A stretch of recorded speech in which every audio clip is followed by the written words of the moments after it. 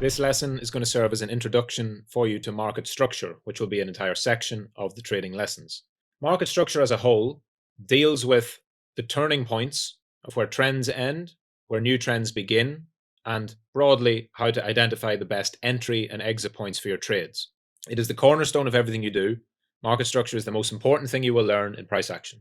Everything I've talked about up to now, about trends, mean reversion, and waves and cycles, it all flows into market structure for when you actually go to trade on the charts. Because a lot of this is very, it's all very well saying trending, ranging, what type of phase are we in? But when it comes down to executing a trade, you need to understand market structure on all levels. So there are two theories, Wyckoff theory and Dow theory, which are the predominant theories in this field. And for me, the way I teach and the way I trade, I view it this way.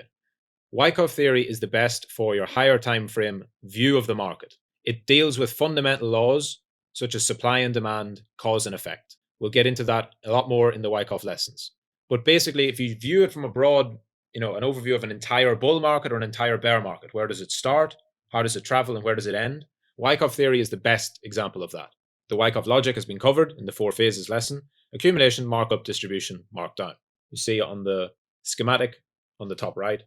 There's a little bit more information on that, which we'll go into in the Wyckoff lessons, including volume and including the nature of what happens at different areas and the areas where you can spot high probability accumulation or distribution. Dow theory is much more basic and was the first real principle of market structure in analysis from many, many years ago, from Charles Dow, who pioneered it.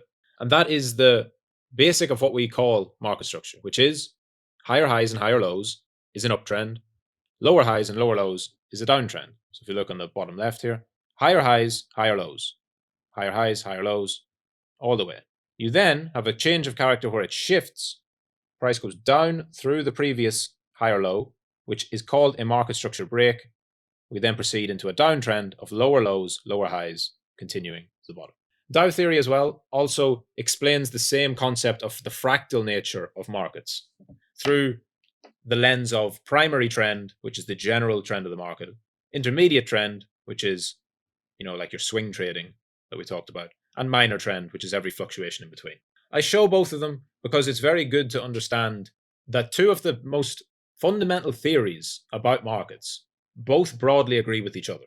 Understand? You should really be crystallizing and forming an idea now of markets do not move in a random fashion. There is order to them.